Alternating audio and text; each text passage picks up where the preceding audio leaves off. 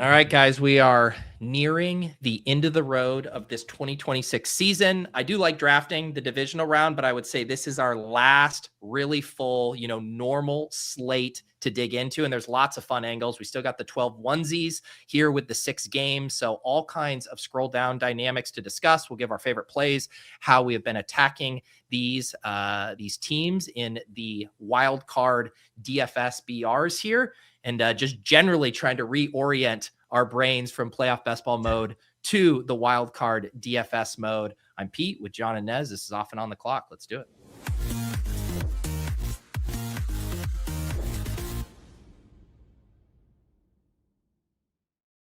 All right, guys, here we go. I did feel like going from like nonstop playoff best ball to this slate felt a lot like doing the Thanksgiving slate, where that's like all you're thinking. Wake up Friday morning, it's like, all right, completely new slate. That's how I felt this morning, just drafting for this weekend. Similar vibes for sure. I just queued up 5 Chargers and pushed the plane, so it was business as usual in both slates for me. So we're good. I think like yeah. Oh yeah, no. I was just I've been in these streets, and all I was going to say was that I feel like the playoff best ball stuff really kind of like primed me for good scrolls in these BRs. And wow, are there a lot? And it just seems like nobody's really doing it. No. Yeah. I don't have quite as many drafts deep as I normally do on, regular season when we don't have playoff best ball, pulling our attention away. As Chad says here, the slate is so good, and I was drafting 3,000 mittens. Definitely get that. But yeah, no, this is a great slate. I mean, you get like basically 3 dynamics. It's basically a meme at this point. This slate is wide open. The entire playoffs are wide open. And then you get super flat tiers at quarterback and tight end. Like, the Josh Allen isn't separating projection wise in the way that he did at earlier points in the year, or, certainly last year. And then same with tight end. I mean, Kittle is in a tough matchup. And after that, you can make cases for a lot of these guys. So when you have it that flat and that wide open, I think it makes it really, really fun for drafting. Yeah, fully agree. I mean, yeah, this is a really fun slate. There's also 2 macros as we branch into it there, Pete, that I'd like to put out there for everyone. We haven't had a BR that's 6 games all season long. So just in terms of raw points and like necessity of scores, I think that should be living in people's heads. And this is also extremely different than any other slate other than Thanksgiving, is every game has its own individual lock time. So just be mindful of, you're kind of still on the clock. There's not a ton of Q tags out here, but there's the Goddard one, there's the Hampton one, there's potentially a Kincaid one coming down the line, but I think that one might be squared away now. But yeah, just be mindful of these little dynamics to the slate that's different than a normal BR weekend.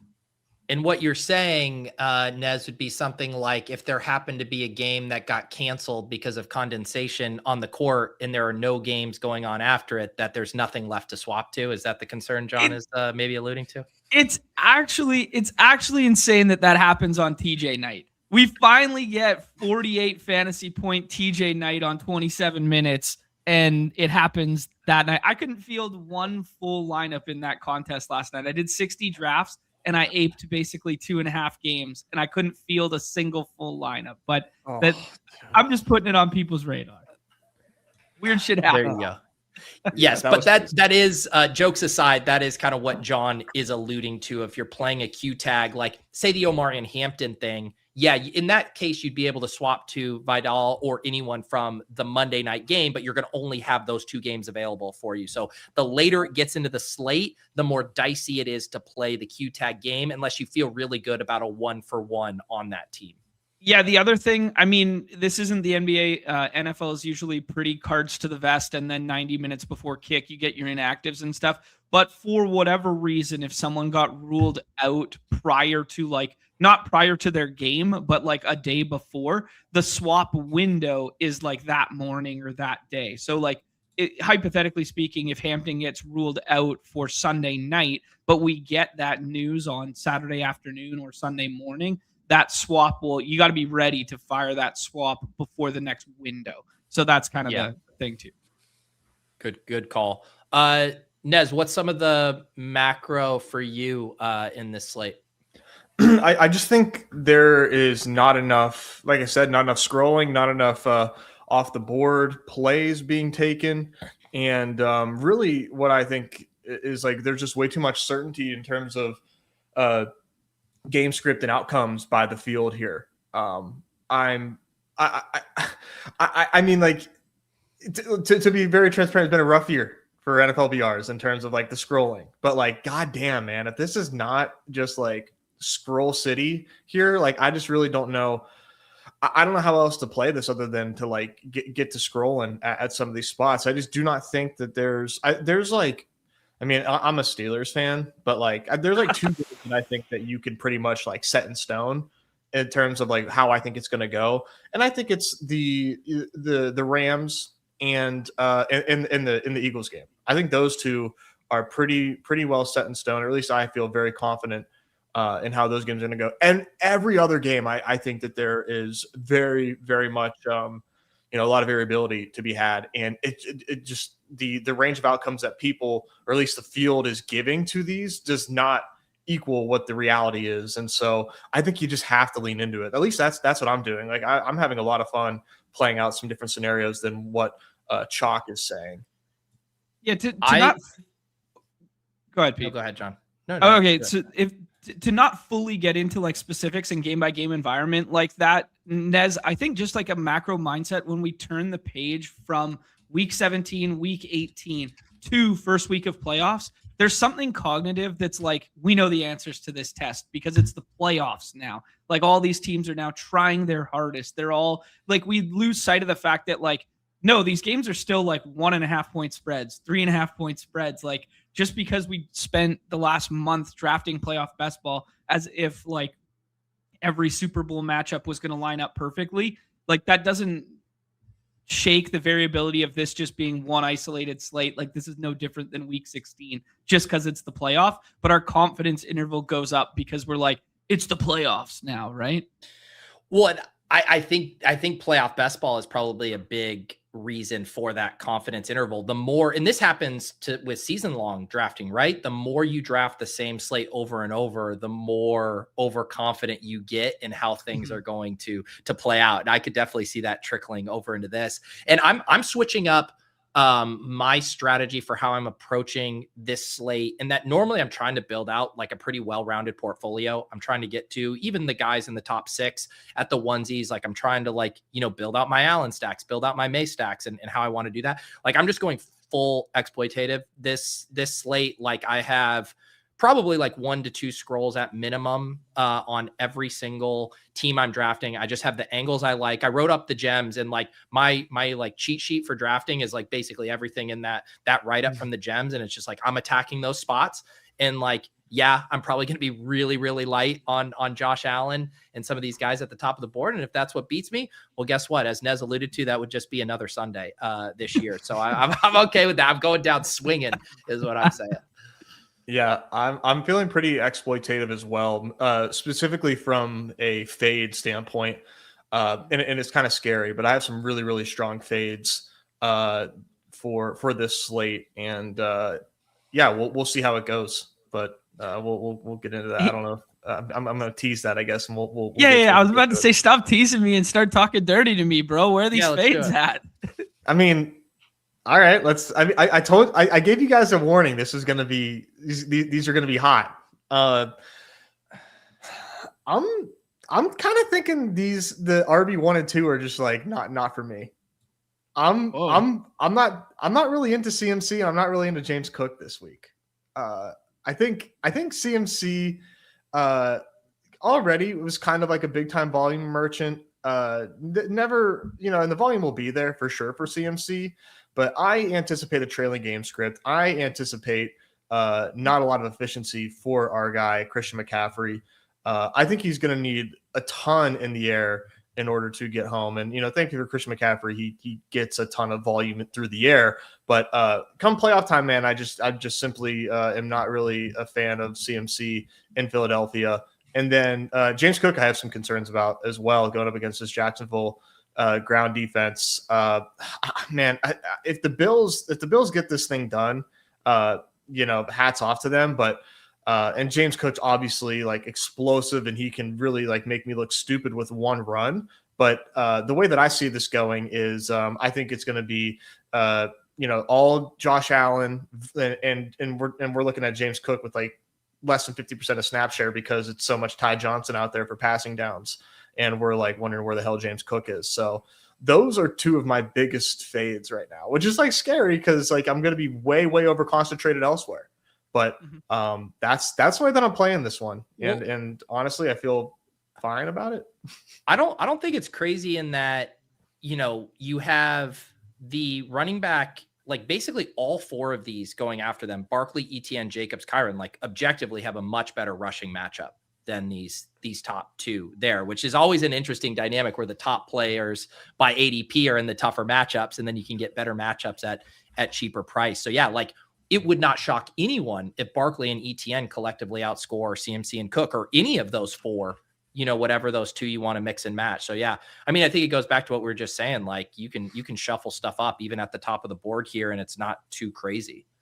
I think the Saquon take's pretty good there, Pete. Like, I mean, like not that the rest of it wasn't, but just like if Saquon was the highest scoring running back on this slate after Seattle just jammed it down San Fran's throat on the ground, like I wouldn't be surprised at all. Get Lane Johnson back and just let them squeeze the air out of the football at home as they're prone to do. The Eagles like just want to play this grinded out, slow ass game. And all of a sudden we look up and there's old school Barkley 26 for 145 and 2. Yeah. And that's why, I mean, we were just talking with Yuta about it, and he's just like, he wants to be interested, it seemed like in the pass catchers, but he's just like, if you can beat San Francisco any way you want, like it's just going to be on the ground. Right. Maybe you get like the little, either obviously the tush push or the little Goddard at the goal line, shuttle pass stuff. But man, like Barkley's going to get his 20 carries here. Mm-hmm.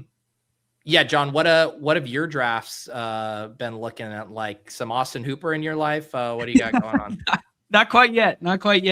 I've been doing the scrolly quarterback stuff. I have been doing the fact that people in parentheses here, the field right now doesn't recognize how large this total. It's come down a bit, but this Packers and Bears total and the quarterbacks just don't get drafted. And then we got Justin Herbert, who's just not getting drafted, and his pass catchers alongside it as well. And that's where the apple of my eye is every draft finishes with a skinny stack with one of those three quarterbacks and one of the pass catchers. This is my sweet spot too, man. Jordan Love, Caleb Williams, Justin Herbert, CJ Stroud. Like this pocket here feels really good. And I like the New England Chargers game and the Bears Packers games. Like those are the two that I feel like could really pop from a scoring perspective. And the fact that you can get these at really low ownership, you can get stacking pairings with all of these guys, like solid stacking pairings, not like Kayshon Boutte with Drake May type of thing where it starts to get a little thin. Like you can get legit guys with high target floors, man. Like I love this quartet here. And the ownership's protected because like people are going to try and find stacking partners for Purdy. They're going to try and find stacking partners for Josh Allen on those builds that happen like earlier. And then with all those guys you just brought up, with the exception of like basically Nico, nobody really knows exactly who to stack them with because there's like a plentiful amount of options, right? Yeah. Nez, how much Bryce Young and Aaron Rodgers for you? How far down are you going? I don't know that I can get down there. I mean, I love the both of my my scrappy underdogs. Just to be quite frank, I'm not sure that I can get to either of them. I think Bryce, you can make a case that he's gonna be chucking in this game. That's not what they want, but he certainly will. He does have a pretty monster fantasy game in his bag, but it did not come against the LA Rams. But one thing I will say is that the Rams defense has like definitely come down to earth big time compared to their peak in this season. So I don't think Bryce is crazy, but it is crazy. But it's just not that crazy. I just want to co-sign. A bit more and trailing script potentially, right? Like if you build it correctly, it makes sense. For sure. And I mean, you can easily do it with Tet and be fine, or you can like get crazy and do it with Coker, because Coker, has got the nose for the end zone. But I just want to co-sign John with Herbert. I really, really like the Herbert stuff, because I think Herbert can run a lot in this game. He's kind of dialed it back a little bit, but we saw shades of Herbert running quite a bit this season. And I mean, you give him a playoff game. I mean, certainly going to have to run for his life a little bit, but I think he's going to run for some first downs quite a bit. And I just think that you can probably bank on like 40 rushing yards from Justin Herbert in this game. Like I'll call it that high. He's a really, really fun play from that angle. It really unlocks another level to his game. Most sacked quarterback in the playoffs by a landslide because of how bad that offensive line is. But we know New England renowned for not a great pass rush. So like in terms of like matchup dynamics, this is probably the number one defense you'd want him to face, just because they can't get after it as well as other teams can. Right. Yeah. And I mean, it's just, I was just talking about it with the Run the Sims guys, and it's just, everybody I think knows the Chargers are such a good spot to get in on, and yet it's just really hard to do from the stacking perspective. Even the backfield looks tough right now, where it's like, man, one of Hampton or Vidal. Like if we didn't have Hampton, Vidal would be a smash. As a split backfield, it's a little less interesting. I mean, where do you gravitate to with the pass catchers? Because it's like you can build a case for or against all four of them, the three wide receivers and the tight end. I would probably rank it QJ, Gadsden, Ladd, Keenan.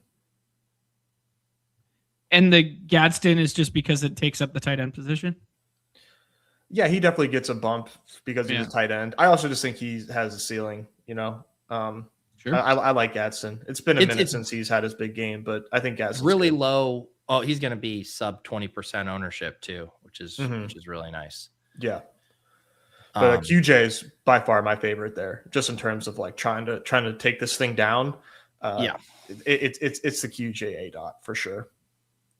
I think that's the hardest thing going back to the like Rodgers and Bryce Young stuff, is both of their top pass catchers who are going to be responsible. Like, I mean, you're really not getting into anything else. Like maybe someone could twist my arm on a Coker or something, but like you are going to be getting Metcalf and Tetaroya at like near 100% draft percentage. So even like, if you were to tell me like I could get Bryce and Tet as like a double dip scroll, or, Rodgers Metcalf, but you can go to Herbert QJ, and that's going to be really low combined. It's like, if I have that 2v2 on ownership and projection, like give me the Herbert side of that every time. Yeah, it's a good point. Yeah, well said there, Pete. Any weather concerns for you guys? I know that we're like talking about potentially like getting some snow in the Bears game and the Eagles game, chance of it in the Patriots game. Any of this stuff living in your heads right now, or just doesn't matter? I wasn't really like thinking about it too much, to be honest. Like there could be rain in Carolina. There could be snow in both Chicago, New England, Pittsburgh. Looks cold but not snowy. Yeah, it seems like Chicago is the one where it could be bad. This is Roth here, says the wind could be 50 miles per hour sustained, gusts up to 30 miles per hour. Late game gusts could be 35 miles per hour or higher. So I think it's the age old stuff, right? Probably takes a little shine off of the deep ball, but then, you always go back to like Bears secondary is so bad. Like they're going to have to deal with it being not great conditions either. Yeah. A guy like Jaden Reed, like I don't necessarily need him to catch the ball 60 yards downfield. Give that guy a little slant pass, let him take it to the house, But yeah, I don't think I'm going to really factor it in, I guess is what I should say. Yeah. Okay. Yeah, me neither. Especially because I think maybe I would want to factor it in if it was like one of the games everyone was piling into, like if it was Buffalo Jags and being like, hey, let me use this as an excuse to be a little more bearish. But if it's already a game that people aren't getting to, that I'm like, all right, I still want to stay in that game. Yeah. Bears total came down ever so slightly, but yeah, that was kind of it. Nothing else has really shifted drastically. Maybe just since we are on the onesie stuff and we kind of talked about a lot of the quarterback plays, I mean, bouncing over to tight end. By ADP, Kittle's kind of in a tier of his own, and then Loveland in a second tier, and then pretty wide open after that. But mainly seeing like Henry, Goddard, Strange, Kincaid be the main four who actually get drafted, and then guys like Schultz, Higbee, Gadsden, Parkinson, gonna all be like sub 20%. So how have you guys been attacking the tight end position? I've been scrolling to Kincaid quite a bit. Just seeing how I anticipate the Bills to be trailing. I anticipate a lot of Josh Allen, and seeing as Jacksonville, is they're a good defense all around, truly, but a little bit more vulnerable against the air. So just give me Josh Allen's, I think, most talented pass catcher. It sounds like he's going to be good to go. So he's been like one of my favorite scrolls there, like stacked or unstacked. I like Kincaid in this game. I think he's gonna have to be involved. I think I don't see any other way it goes down here. Yeah, kind of similar to that sweet spot in the quarterback range. I really like this Schultz, Higbee, Gadsden range right here. I mean, Higbee he looked awesome last week, and then getting access to a Stafford piece at low ownership, which is generally pretty hard to do in the BR. Like, that feels like a really nice opportunity. Yeah, Higbee's my favorite play here. And like we talked about in the playoff contest on Wednesday there, like, just people forget how much they love this dude. And we saw it last year when he came back right before the playoffs, and what a centralized piece of the offense he was. We saw it in week 18 there. Like, Higbee feels like two birds, one stone. You get into the Rams offense without having to play the premium price point, and you kill other pieces of the Rams offense if you happen to absorb 60 yards and a touchdown here. So yeah, and I think just as a macro point on the slate, almost every tight end is going to be over correlated with their quarterback. So just like getting it at less ownership feels like smart, right? So it's like if everybody's just going to do like Henry plus May in 75% of drafts or whatever it winds up being, like just getting Higbee either with Stafford or unstacked feels just like good leverage against all of the stacking dynamics at the onesies. Nice.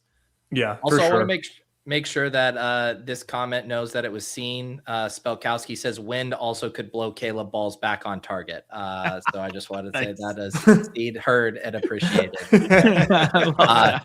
Just know that Davis will be adding you to his long list of people who owe him apologies after this. Perhaps. Can we have the conversation here? Can we talk about Loveland? Can we talk about how all of his games where he was popping like crazy, they were missing a piece of wide receiver, most notably Rome in I think 2 or 3 of those. I actually saw a crazy thing this morning on Loveland in terms of player EPA added to offense because it incorporates blocking as well. He's like the 13th best player this season, ahead of every other tight end. I just thought that was crazy. Stephon Diggs was like player 4. I was like, crazy. Anyways, I mean, are you scared? Before I go, Pete, like what are you scared of Loveland in terms of like the Bears being healthy? Yes. I am scared in that he's slightly inflated, and yet still in the context of this slate and the fact that you can pair him opposite Love or with Caleb at really low ownership, it makes me a lot less scared of the play overall. Yeah. And I still do think outside of Kittle, he does like the ADP from a ceiling perspective seems efficient to me. I think he has the second highest ceiling of any tight ends, but I think John's point is well taken. And you juxtapose that to the Burden ADP where you aren't paying the premium for the breakout happening without those guys. You're actually getting a pretty nice discount relative to what we've seen from him. And he's going to be, a sub 30% player, which is kind of mind boggling to me because every one of us loves Luther Burden and he's pretty cheap this week. Mm-hmm. Do you still think he's tight end 2, John? Just too expensive?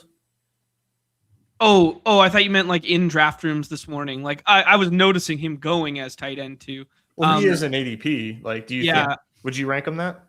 I think so. I think you kind of have to just because of the ceiling combination. And if it was ADP like 8 or 9, no. But if it's ADP 18, I guess. Yeah. I guess I'm just like setting this up to say that everything that I've ever said about Colson Loveland was a bit. I repent for all the tweets and all the jokes about Colson Loveland. This dude is extremely good, and I mean, I don't know that I've ever seen I haven't looked at a ton of these tight end utilization reports, but he has 100 for his utilization in back-to-back games.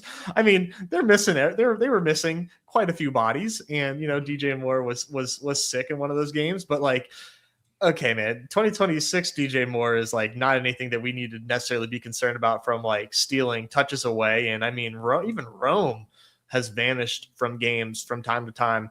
I think Colson Loveland, man, is ramping up at like the perfect time. And I mean, just all that to say, I mean, he's tight end too. We're not necessarily, getting one over on people, but like, man, I do kind of run to the podium when Kittle's gone, and I want to fill out that tight end position because I really like the scrolls elsewhere. He's extremely good. Yeah, I have no problem with him. In my drafts, I was kind of taking these guys at ADP, and then down here is when I have no problem scrolling past like the Henry Goddard Strange stuff to get into more of the lower round. So yeah, I think I'm kind of in line with the market on it. Yeah, for sure. Running back, definitely a lot harder to scroll here. Pretty big break after Swift, and then Hampton, makes sense. He's kind of in his own limbo range. I mean, some interesting names like both Steelers running backs, Woody Marks, Enrico. I think Corum and Monungai is too thin for this slate. Maybe John will tell me otherwise, but anything else you guys are doing at running back? Well, I guess, I'll be the one to double cross you and say, I think the Corum play is good. I like the Corum play like kind of a lot. I think if you are in the camp of the Rams get their revenge and they blow out the Panthers when the games really matter and it's not that close, I think Corum plays a pretty big role here. We just saw Corum win somebody $200K in the Dog Bowl when the Rams were in a similar situation where they're set up to absolutely blow out a team. And they have Corum, might as well use him. Corum looks good, and I think this is a game where you can see a ton of usage heading Corum's way, especially if they get out ahead early. And I mean, it wouldn't surprise me if like Corum ends up being one of the highest scoring running backs because every other game is playing playoff style football, and nobody's necessarily having monster fantasy days. Meanwhile, Corum is up and he's scoring 2 touchdowns because the Rams are up by 21 points. So I really do believe that Corum is a pretty fun play. I've taken Corum a few times already. Nice. Yeah, I'm in lockstep with you on the Corum stuff. Glad you said it and I didn't, so it didn't fall on deaf ears because I like the Corum stuff, dude. I really like where you're at with that one. Woody Marks expanded workload. You could talk about that. You could talk about all the plays that you can run against the Steelers, but I'm not really interested in it. Houston run defense shutting down Jonathan Taylor when he's going for a rushing title, and they were really trying to get him one, like, has me pretty disinterested in the Steelers. Rico last week, like, he needed 60 yards and a touchdown for incentive stuff, and they couldn't get him anything going against Tampa Bay. I know Vita Vea is on the other side of that, but I'm pretty scared about that spot for Rico this week now too. Like, I guess I think it's okay. I guess Rico would be like my favorite of this 4-man tier. But if I'm playing Gainwell, I'm probably only playing it as stacked with Rodgers, and I don't really want to do that just because the receiving workload has been so effing good. I guess you could play trailing script Gainwell off of the Texans stuff, and nobody's really going to get there with it. But yeah, man, I'm having a hard time scrolling in this range because I can poke big time holes in it, and I really like some of the stuff ahead of it. The one thing that I will say in terms of the Warren and Gainwell stuff, they play on Monday, but Warren didn't practice yesterday with an illness. Plenty of time to get right and get healthy, but a full-on DNP, ahead of their, a division, a wild card game is it's kind of wild.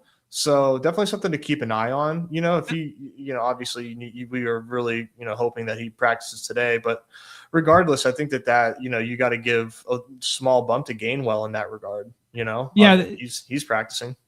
Yeah, for sure. That's a good point. I didn't recognize that. And as the pushback would be, Thursday is Wednesday when you're playing Monday, right? And we're always just like, Wednesday practice doesn't matter, like vet DMP, whatever. So today will be really telling. Like if he goes DMP again today, okay, now I'll hear you out on that in a big way.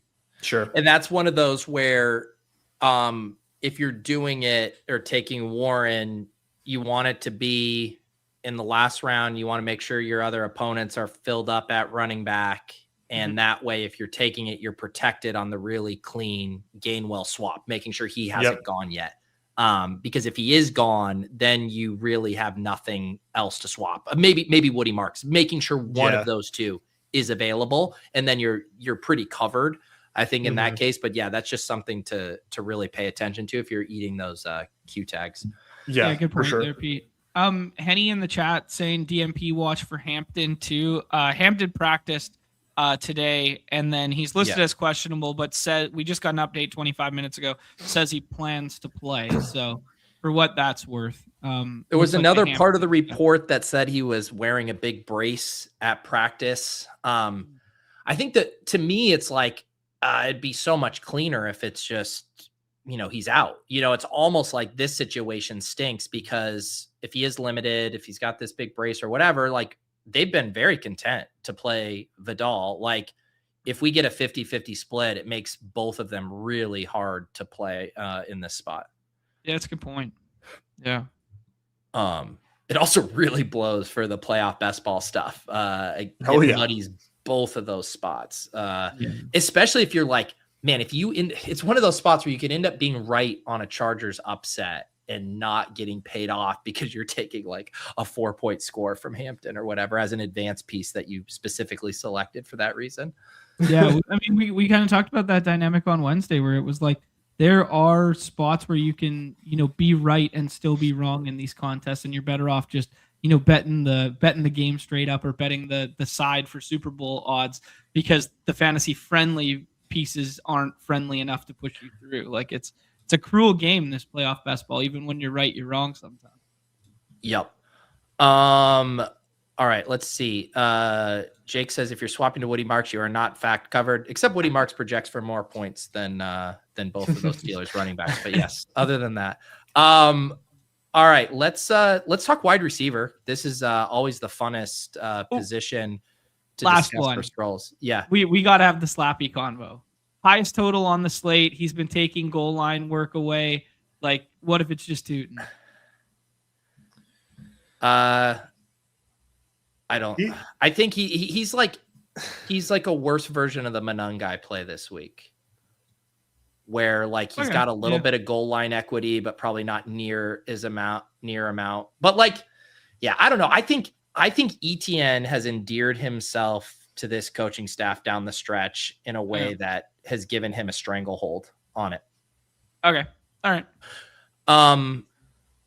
I mean, trust me, I love the I was taking him in a few of the playoff best ball stuff. Like I was making the case for him being a guy that if the Jags make a run could be a really nice kind of piece to have. You to kind of had to take too that they, with Lawrence kind of historically flopping in some of these bigger spots, that they might just fully lean on the run game. Like maybe that does turn into a Ben Johnson, Swift, Manungai situation where they're like just getting a shit ton of carries, especially with how bad the Bills are. Bills are so bad on the ground.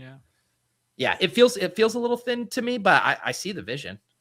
I think, John, before we move on, I would maybe use that as an anti-ETN stance. Sure. Like, you're splitting the goal line work, and Trevor Lawrence is running more at the goal line. Like the ETN floor is not what we think.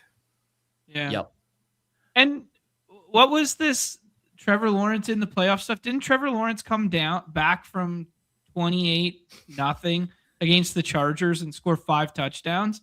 Hasn't Trevor Lawrence been like really good in his like one sample? Take it up with Yuta. Was that a narrative? That was a Yuta narrative? Yeah. Oh, my memory of Trevor Lawrence is he went burr and ruined the Chargers when they were down 28-0 at half. Yeah, I don't. Yeah, you'll have to take it up with him. As far as wide receiver, we don't have to go straight to the scrolls. We can talk about some of the stuff. Yep. People pretty much in agreement on the high end with the Puka Adams, Nico, AJ Brown, Diggs, the Parker Washington. He's certainly elevated from these other guys. Crazy. Yeah. If you would have told me, people love Christian Watson, and for Parker Washington to flip him is pretty crazy. I can't believe that we have playoff BRs and Parker Washington goes like a round and a half before Jacoby, bro. It's crazy. Right. Well, I threw out a tweet the other day there. If I told you, like, think about this in best ball season. If I told you Parker Washington was the Jags' leading wide receiver this year, like, you guys would have thought they went 4-13 instead of 13-4. Yeah. Right? Like, everyone was like, yo, it's BTJ, it's Hunter, let's go. Like, wheels up for this team. Yep. Yeah. Yep. But yeah, feel free to bounce around if you have any takes at the top of the board, or if you just want to get right into scrolls, which I would basically say like the Jacoby to Ladd gap is kind of where you start to get into the scroll territory.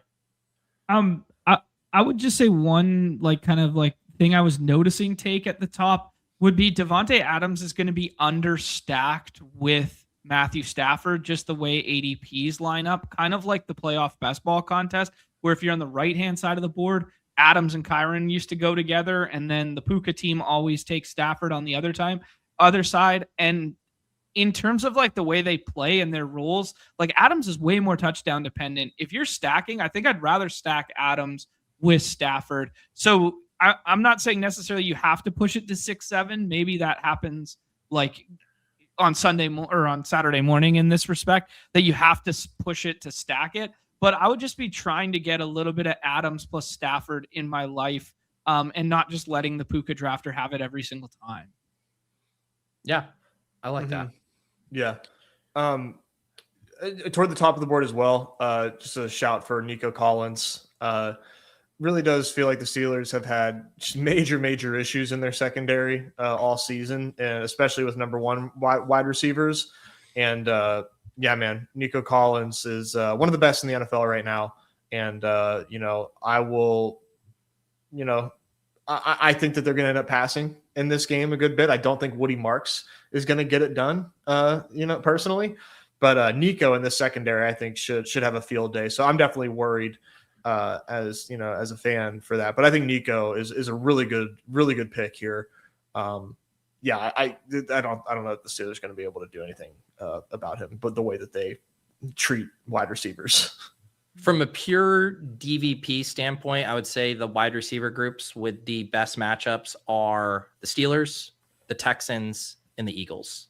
Like the Niners, did I say that right? You said Steelers, but I think you meant Texans. I meant Texans, yeah. So the Steelers, the Bears, and I'm going flipping it on the other side, and the Niners have been really bad against wide receivers. So yeah, I like that, and I think it's a good angle in that. Yes, Nico gets drafted a decent bit, but Stroud doesn't, Schultz doesn't, Higgins doesn't, and like you can beat Pittsburgh through the air. So I like getting that at a nice price. Yeah, big fan of that. The San Francisco stuff in terms of their defense being atrocious definitely has my attention. AJ Brown, ADP 11, but Devontae Smith 11 picks later isn't too bad either. I've been leaning a lot on Devontae Smith being my wide receiver 1 or 2 in these drafts quite a bit. Big fan of him in this spot. I really like, obviously Hurts can get there with a stack, but I do really like just playing like pick your one Eagle in every lineup, right? It's Barkley. I mean, it's the 5 of them. It's just like one of those guys is going to have a scoreable game, and they're probably going to dominate the scoring in a way that makes the other ones not necessary pieces, and just play the Eagles as one-offs is mainly what I've been doing. Yeah, I like the min one Eagle feels great. Yeah. I like the one-off notion too. Like I did a Hurts skinny earlier today, and I guess it just doesn't feel great trying to like two birds, one stone like that when we can find points at the quarterback position that can outscore unless we get some tush pushes, basically. Yeah. As far as scrolls down here, there's a lot of the double dips that I like with the scroll quarterbacks. Chicago guys with Caleb, Green Bay guys with Love, QJ. I mean, you can even include Keenan in there. I wouldn't fault anyone for that.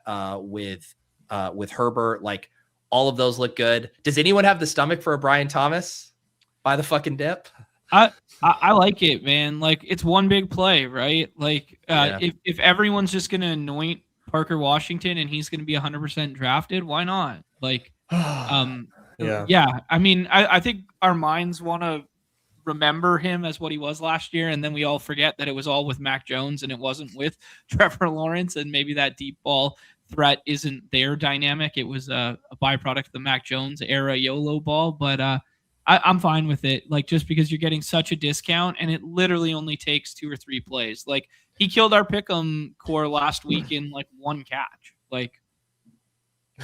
The one thing that I'll say about this is just like a silly comp, but I mean it, is like this first wildcard round kind of feels like week 15 of best ball season, where guys that were shit all year like pop off for the first round of best ball playoffs to absolutely murder you. And Brian Thomas did that in week 15. He had a really strong week 15. Yeah. Like, God, couldn't you just see that here? Like, of course it's Brian Thomas after like everything that we've seen leading up to this. Like, I mean, of course it is. And it's like, it's the perfect slate because even like all season in BRs, there was like the 3 wide receiver units I would point to where like the projections were always kind of like fragile and spread out across 3 or 4, if you include the tight ends, were the Jags, the Bears, and the Chargers. And now we all get all of them on this slate. In the Packers, yeah, with Reed back. I mean, that wasn't front of mind because they haven't been healthy really all together all year. But now, yeah, I mean, that's what makes this like a scroller's paradise, or those 4 wide receiver rooms right there.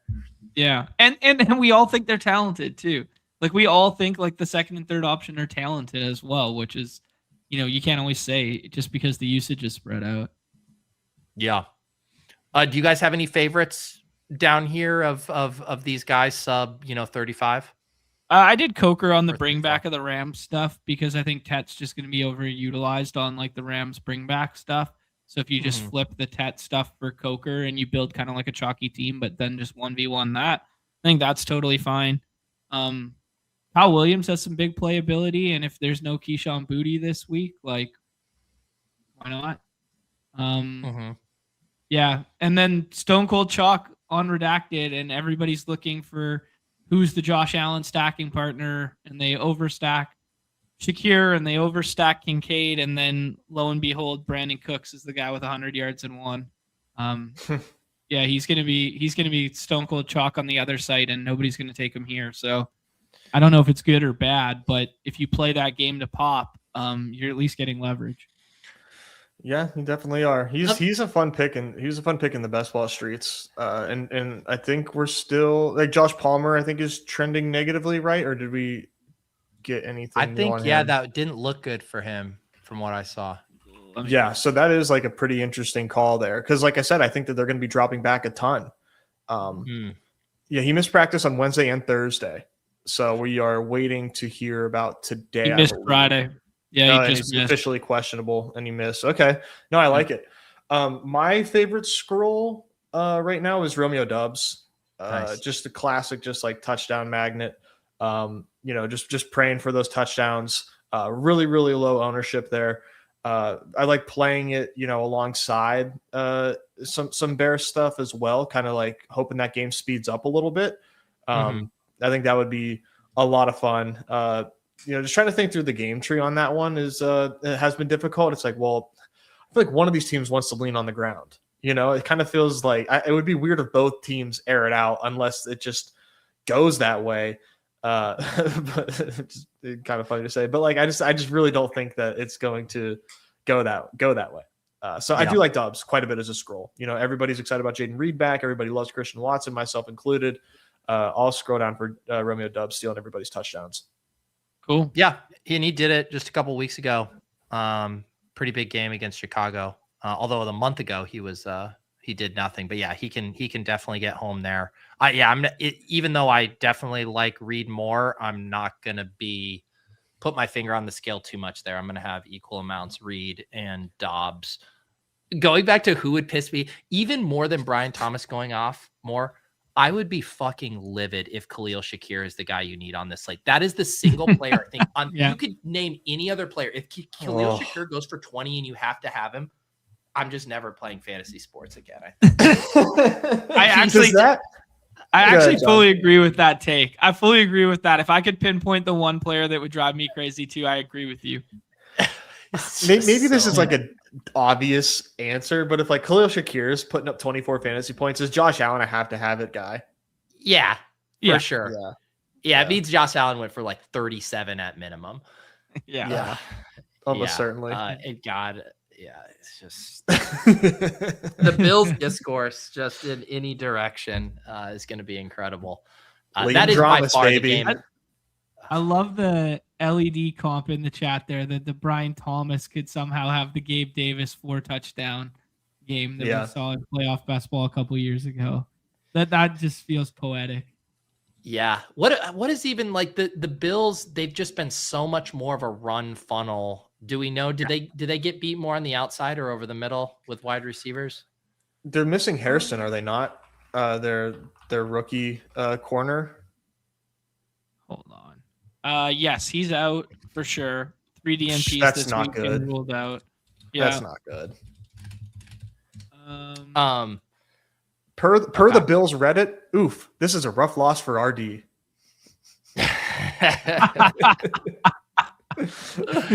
Nice.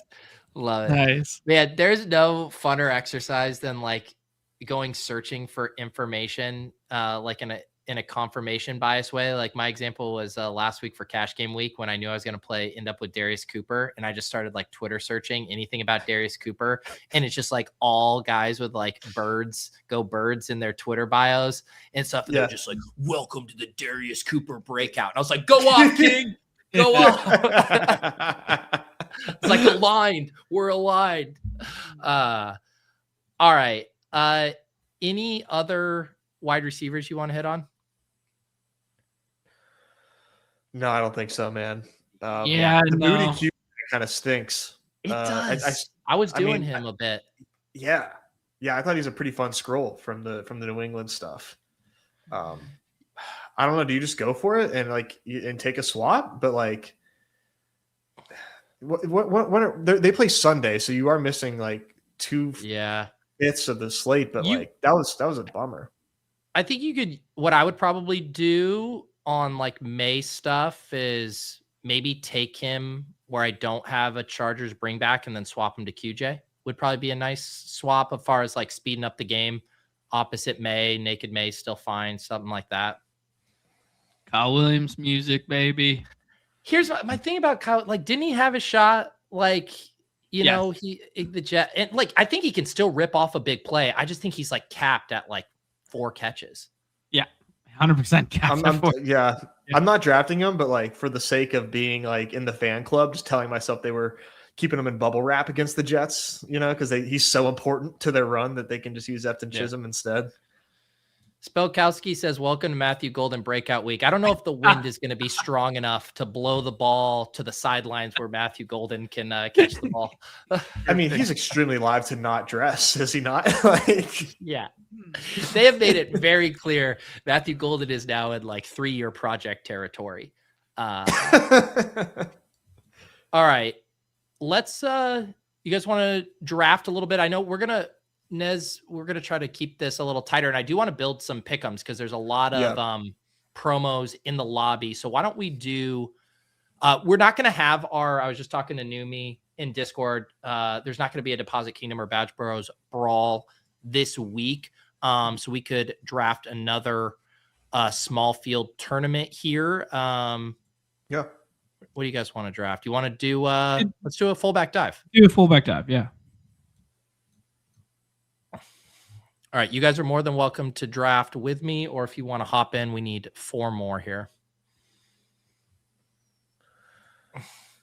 This actually reminds me, speaking of next Friday. I'm traveling. I'm doing my annual trip with my buddies, but maybe we can run something on Thursday for the divisional round, depending on your guys' schedule. Yep, should be fine. I'll touch base with you guys on that. Yeah, we could just pivot to that Wednesday again, pending. Yeah, actually, maybe Thursday might be better for us if it works for you. But you normally do the bash, right? Yeah, I might. There's just going to have to be sacrifices made for next week because I have an abbreviated week. I can't do Wednesday. And then the bash, by the way, the bash yesterday was so fun. Guests from Brazil and then a father-son duo, both first-time guests. Definitely check that out. But yeah, the bash might have to get the bump next week for a Thursday OOTC. Understandable. Okay. Understandable. Yeah, Thursday would be great for us because I think there's a pretty good Wednesday. No, sorry, John. Finish your thought. I think we were on delay. Yeah, I think something happened there. We just tripped out for a second. Yeah, no, I think that's really good because then we can run hoops on Wednesday because we haven't done the Monster Wednesday slate in a week or two now. All right. John is in this one, so he is my op, which means Nez is my sidekick for this draft. I got you. Hopefully you are down to fade some of the top plays. In that case, we're going to have some fun. What's harder to land? Josh Allen, James Cook in a BR or in a mitten? Probably a BR. Yeah, I think BR so. For sure. Yeah. From one bash legend to another, Chunk the Deuce says that lineup you made with the Brazilian was fuego. Dude, I don't know if you actually thought that or you just wanted to say fuego there. Right, Nez, what do you want to do? Josh Allen. Opposite. Yeah, I would probably go Josh Allen Devontae or Josh Allen Nico. Let's do the Nico. Yeah, this is a fun start. I'm not normally a big elite QB guy, but I'm pretty Josh Allen pilled this week.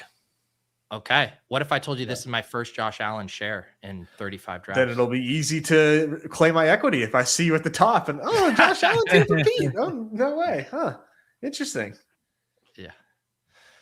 Not bad. And while no Deposit Kingdom contest this week is devastating, I got second in wildcard weekend last year. Yeah, I'm sorry. I think we got to boost up the fill rates on the rest of the lobby right now. I think that's just naturally a byproduct of best ball, like playoff best ball overlap, right? Oh, for sure. Yeah, for sure.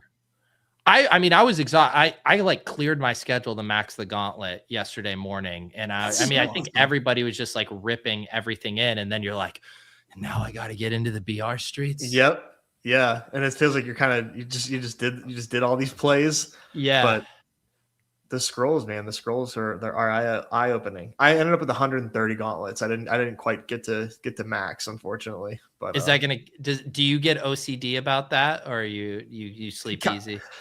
Not necessarily about max. I really wanted to max, but like I did some of the higher stakes stuff instead. I thought those were like pretty fun.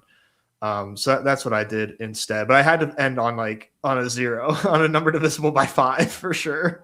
Yeah. All right. I'm going to check mine now. I want to.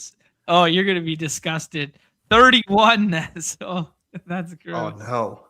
All right, Nez, we are back on the clock here. Definitely in scroll territory if we'd like, or a New England piece.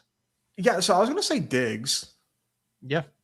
Yeah, I like Diggs in this game. He's been a really strong target for Drake May. Let's get him in playoff mode and see what happens.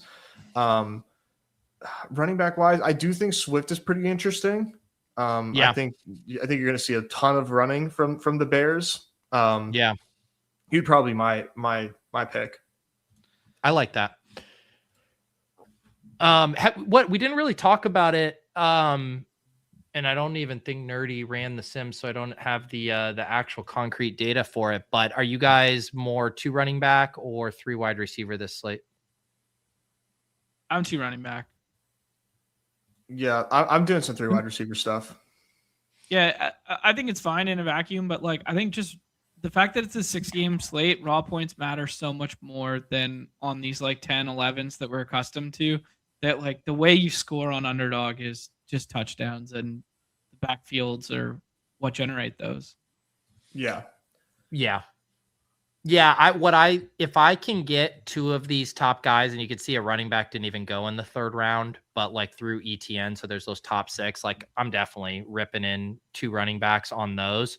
But I do think it starts to like tilt a little bit more where in this range, like the Metcalfs and Tedoroyas and even Myers and stuff, I think you can make the case for them over the running backs.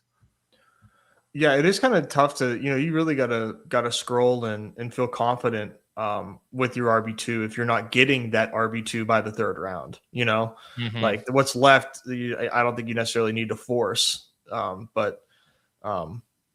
Yeah, I get the thesis of being 2 RB pilled this week, like always.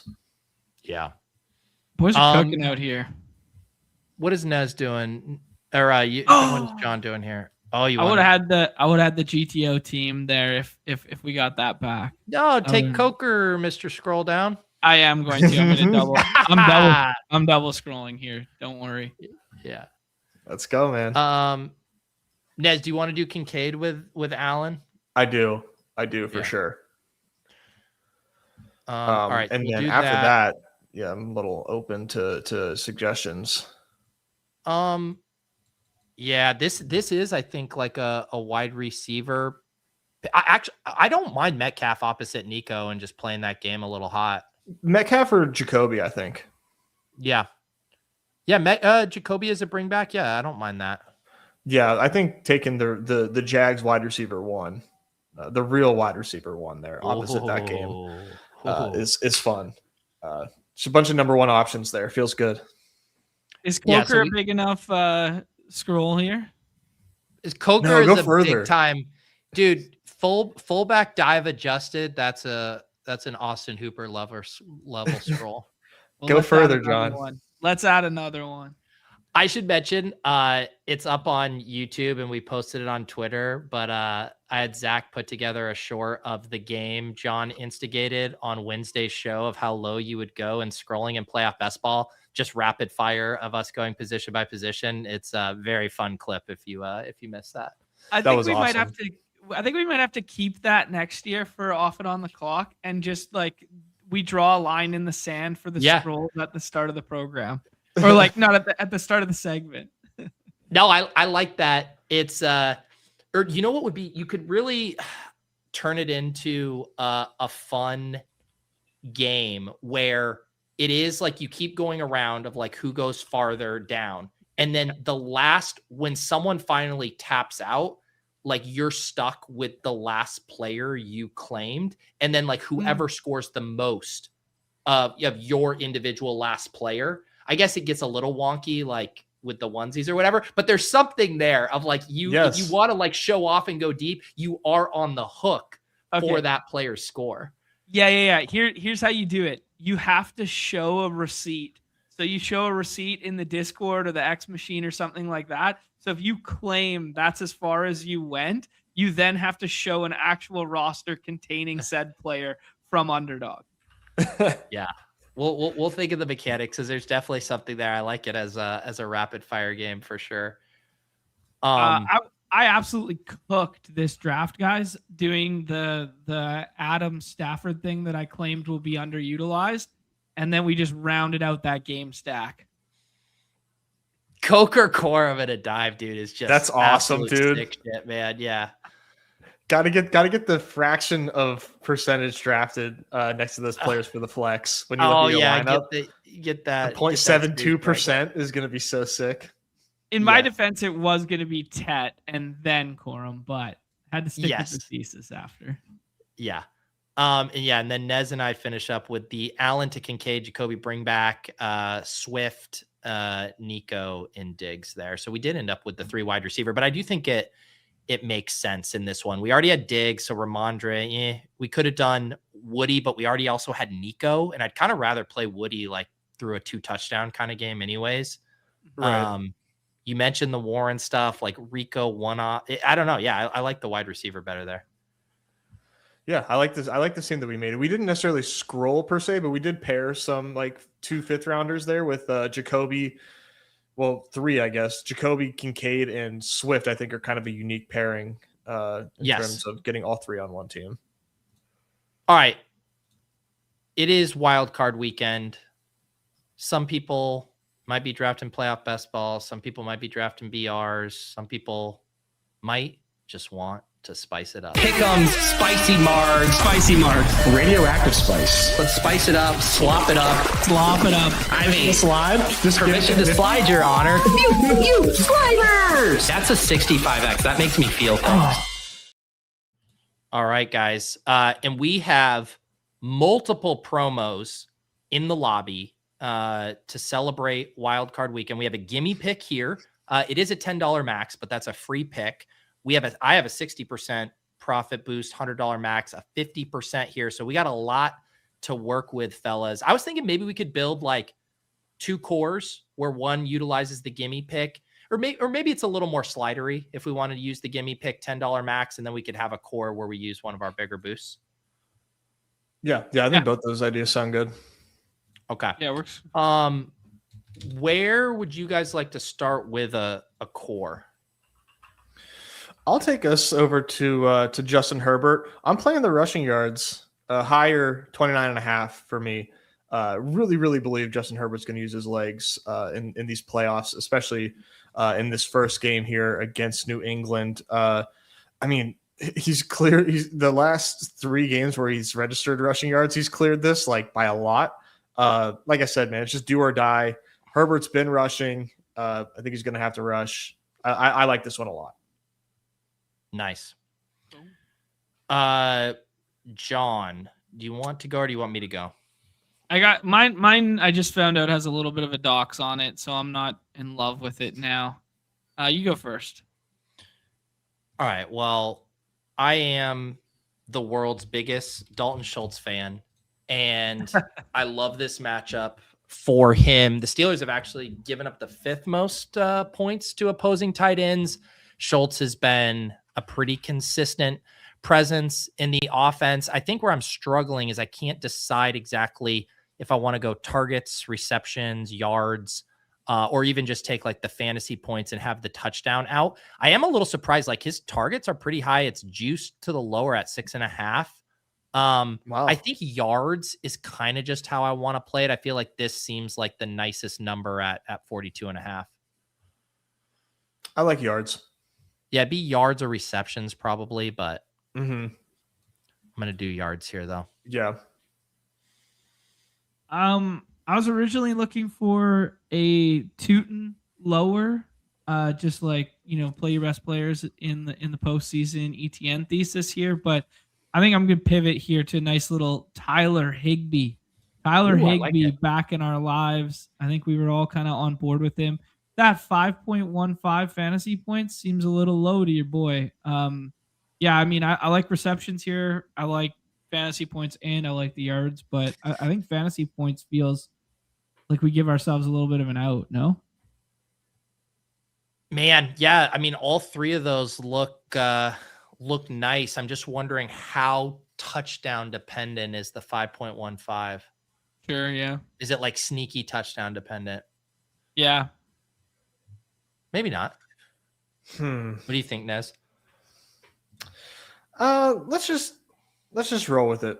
Let's just roll with it. Yeah. So we got Herbert higher 29.5 rushing yards, Schultz higher 42.5 receiving yards, Higbee higher 5.15 fantasy points. The 60% profit boost will get it up from a 6x to a 9x. I am maxing this for utmost conviction and because we are due. Let's go. All right. That's Monday gonna night sweat. Yeah, there you go. I had to, roll it into Monday night with just everything on the most important man in the world, Dalton Schultz's shoulders. What's that? What could go wrong? What could go wrong? Okay, so there's our core. As always, I will. I'll keep these. I put them in the chat, and I will round them up. I'll put them in the show notes as well as I'll drop them in the Discord after as well. We get a Supercross boost. Yeah, I hit up our guy Dirt Bike Davis for some tips on that. Hopefully he'll bless us in the Discord with something. Why don't I have a Supercross boost? I don't know. Is it because I'm too much of a Supercross sharp? They're just worried about They're like, this guy punts it in NFL. Just keep giving him all the boosts. Yeah, we need Platt. We need the Jacob Platson back in our lives too, with whatever the hell he was playing. World Outlaws racing. This would be my suggestion. Do you guys have this other 50% boost here? Do you have this? If I do, I used it. Oh, okay. I was gonna say doing like a haterade one would be fun, and then I think with the gimme pick, because it's just $10 max, we should do like a couple slides on that with the gimme. Yeah, okay. Sounds good. Yeah, just for what's the actual name of the gimme for everybody at home? Playoff Magic. Playoff Magic is like the promo that they're doing for the entirety of the NFL playoffs. Yeah, there you go. So before you guys build out your pick'ems, make sure you slide a gimme in there, because I think you get 3 of them too. Should we use? Oh no, 3 days. Never mind. My bad. Should we use Caleb Williams because there's no guarantees he's gonna get more than 10 yards? We just need to lock this up. I don't think I'm gonna. Yeah, I don't think I'm about to throw in a bear for this next one, so we're okay. We won't have any correlation. When I used mine, I used mine already, but I did it with Bryce Young because I was like, I'm definitely not using another Panther. Wait a second, Nez. Do you get these boosts and you just sprint to the lobby without even knowing that we're gonna build on this show? Yikes! I did just kind of snitch on myself there, huh? Well, I'll play Caleb flat out. There we go. Okay. What do you guys want to do for the slides? I do love a good Jaden Reed slide. Have you guys seen that we can slide fantasy points? Really? Oh yeah. Go to George Kittle. I'd like to slide his fantasy points. 14.5. Whoa. This is breaking news. I didn't know that you could slide.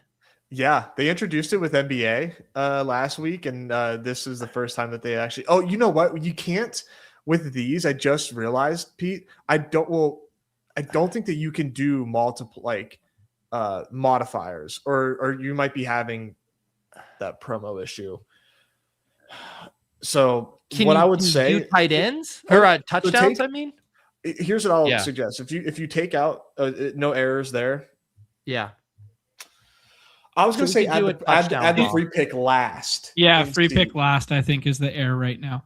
Yeah. Oh, is it? Throwing Kittle again with the boost, and then we'll see when it's all said and done.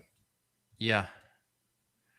I would love to put something opposite Kittle on the Eagles if we want to pick an Eagles slide, like a Devonta. Devonta was the first name that came up. Devonta makes the most sense.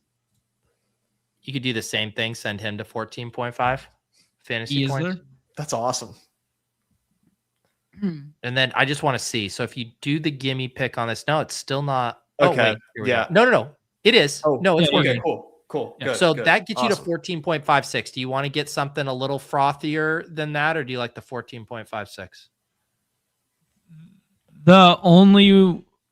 I like it. But if you wanted to get frothier, I think you would do something on the Green Bay side opposite the Caleb stuff. Can we do a Jaden Reed slide? Yeah. Yeah. This is a staple of the there's program. No fantasy points. There's no fantasy points listed. Do we have? I think I would just do. I'd do like 59.5 for him. Nice. And then, so that gets you to like a 22x base. And then if you have the gimme, that gets you up to a 37x. That feels good for a $10. Yeah. Awesome. Yeah. All right. Here we go. Absolutely. I love how the Caleb pick, mentally led to the Green Bay thing, but it didn't matter at all because it was a gimme. The correlation doesn't matter whatsoever. But it was of course, we got to go to Green Bay side. It just made sense. All right. Maybe a haterade? Yes. Yeah. Yes. Okay. All right. Let's see here. Nez, you were letting the hate flow through you earlier. Who do you want to? Sorry to cut you off and cut Nez off. Just for everyone who clicks the link at home and then goes through, you have to take Caleb out and then put Caleb back in using the gimme function, or else you're going to get a 44x with just those 4 picks, and that's not the intention. Okay. Yeah. Good to note. Yeah, the link function for the promos isn't super clean. Okay. However, for my haterade, I'm going to throw in CMC lower 58.5 rush yards. It's just not necessarily his game this year, being an effective rusher. People got really mad at Pro Football Focus for saying that McCaffrey is like the 13th best running back in football this year. I mean, he's not explosive anymore, and his longest rush, projections are always like 15 or 13. It's 12.5 this week for his longest rush in the Pick'em lobby. I'm going lower rushing yards for CMC. I know it's not fun. I know it scares people, but I feel pretty good about it. Nice. I'm kind of surprised this stuff is still up, and I'd kind of just like to lean into how healthy he is and do a little hate on Omari and Hampton here. Let's go. Sure. I think just playing the scrimmage yards to have the full out here, lower 62.5 for Hampton. Yep, I like it. Is Vidal? Do they have anything for Vidal? Good question. Ooh, yeah, they do. A little bit. So Vidal's 24.5 rush yards, 4.5 receiving yards, and Hampton's 46.5 rush yards, 12.5 receiving yards. Very interesting. That would be a fun one too. I know this is the haterade, but to play those just in conjunction. I wonder what kind of docs you'd get on those for taking the hires on the Vidal stuff. I don't know actually. Just to check. What if you throw one in? Yeah, no, that is clean. Like if you go lower scrimmage yards on Hampton and you go higher, it's 6x. Let me see if it on the scrimmage yards if this is 6x. Yeah, 6x if you even just do Vidal scrimmage yards. Good to know. Very interesting. Okay. So that is an angle if we want it. Or John, do you have a hater pick?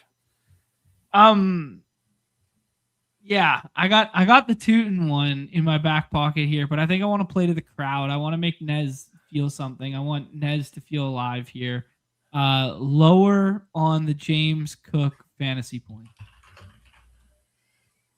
Lower on James Cook, 15.05. Okay. Yeah. Let's do it. I've done it. Well, I knew Nez kicked off the program with being so spicy and that he was out on the top 2 running backs. So I thought this would score me some bonus points in the Nez model. Yeah, John, this is come on. The running back haterade. Let's do it. I'm going to lock in my other 50% boost there. Pete, draft to scramble. Relax, man. This is not the week to turn me into a multi-sport athlete, brother. There's no time for that. Literally no leeway whatsoever.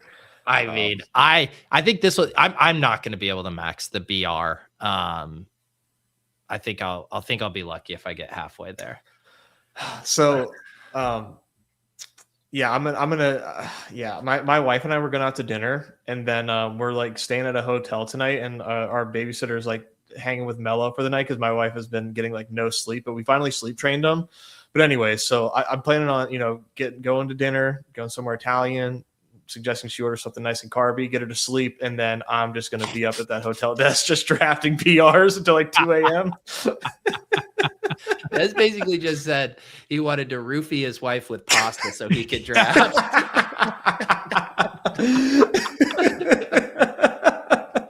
They're word. Let the record show. Let the record show I didn't say that.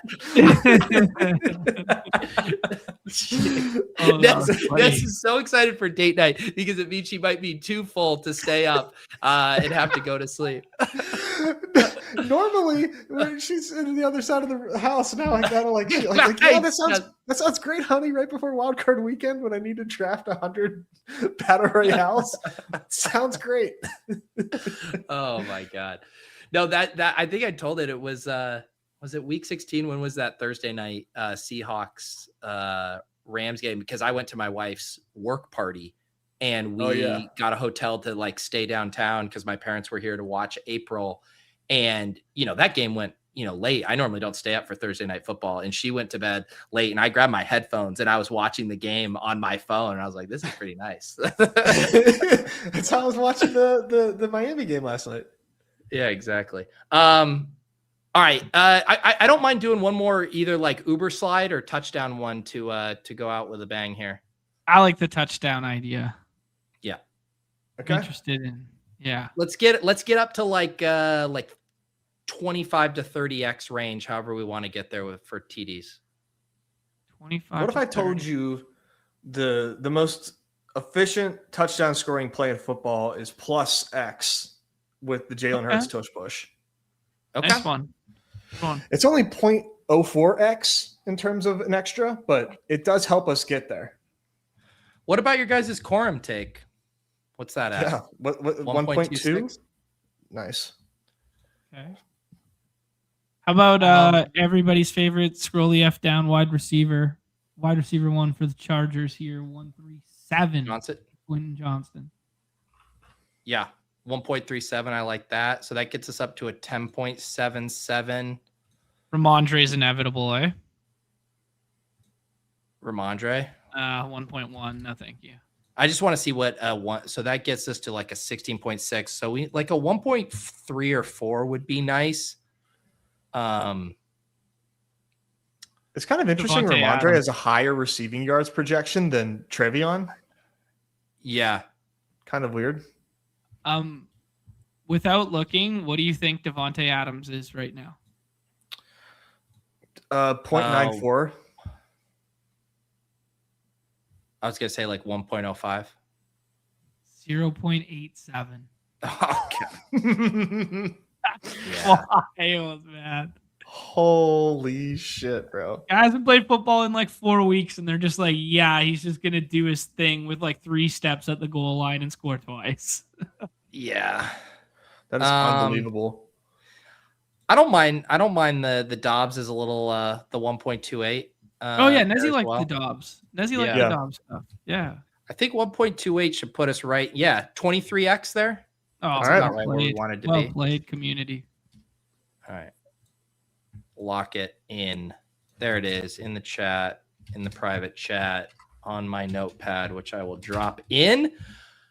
Beautiful stuff, guys. It was fun squeezing in 2 shows this week. I don't think I'm going to have any shows over the weekend. We do have our final show on ship chasing tonight with Leone and Dink, getting ready for the FFPC playoff challenge. I should also mention we did a show last night with Sack and Drico. Talked a lot of underdog best ball there. So if you're still doing underdog playoff drafts, feel free to check that out. Anything else from you guys? Is Dink confirmed? Dink is confirmed this evening? I just keep saying Dink, and it's probably like sub 15% that he's going to be there. I believe. I was just thinking because it's a large NBA slate today. Is it? Yeah. Yeah. And this is his first one with a kid under his watch as well. So yeah, he's probably extremely doubtful, but I'm just going to keep saying Dink, put him on the thumbnail, tag him in the tweets, and just see if he shows up out of pure guilt. I love it. That's great. Yeah. Anything else programming notes for you guys? No, I'm ruled out for no strip for this weekend. Best of luck with all the playoff best ball stuff. Maybe we'll do a no strip for the returns. I think it's only right. Once the returns contest drops. God, nice. I just felt exhausted hearing the word returns. You got to get in there as soon as they drop. That's right. Monday will be a little bit different than usual because obviously the slate won't have completed. So we won't necessarily have a winner's circle guest. We won't have this sort of thing. But I did reach out to Sam Sherman. So hopefully that works with him on Monday. If it does, we'll be forward facing, do something with Sam, and then do NBA after. If not, it'll be members only NBA on Monday. That's a good point. I wonder if I should do portfolio review on Tuesday instead, to have the full slate, or if looking at the Monday night sweats is fun. I'll have to think about that. Let me know if in the comments if you guys have preferences on it, because I think I'm dealer's choice on that. I mentioned it during the top of the show too, but if for some reason you are a gems enjoyer or completionist, this will be the final gems post of the year. Those are up there for YouTube members or for masterclass subs. The final one there, I think we touched on most of them, but you can get them all there in one spot if you guys have access to those. Otherwise, enjoy the games this weekend. We'll catch you guys all next week, and let's get some dubs this time, guys. We'll see you next time. In the chat. Off and on the clock.